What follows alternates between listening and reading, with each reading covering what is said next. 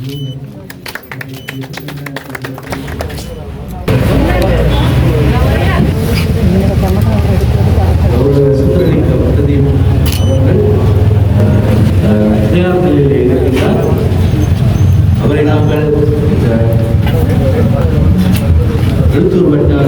மன்னார் மாவட்டம் என்பது மிக நீண்ட காலமாக நான் இந்த பகுதிகளுக்கு வருகை தந்து இலங்கை ஆசிரியர் சேவை சங்கத்தினுடைய செயல்பாடில் நாங்கள் ஈடுபட்டுக் கொண்டிருக்கிறோம்.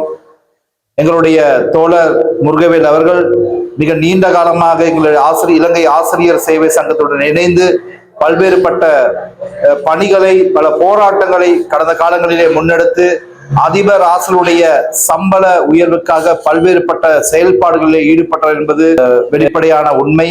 எனவே அன்பார்ந்த தோழர்களே, தோழியர்களே, இன்று நாட்டிலே பாரிய ஒரு அரசியல் மாற்றம் ஏற்பட்டிருக்கிறது. அதுதான் இதுவரை காலமும் ஆட்சி அதிகாரம் ஒரு சிலரின் கைகளில் மாத்திரம்தான் இருந்தது.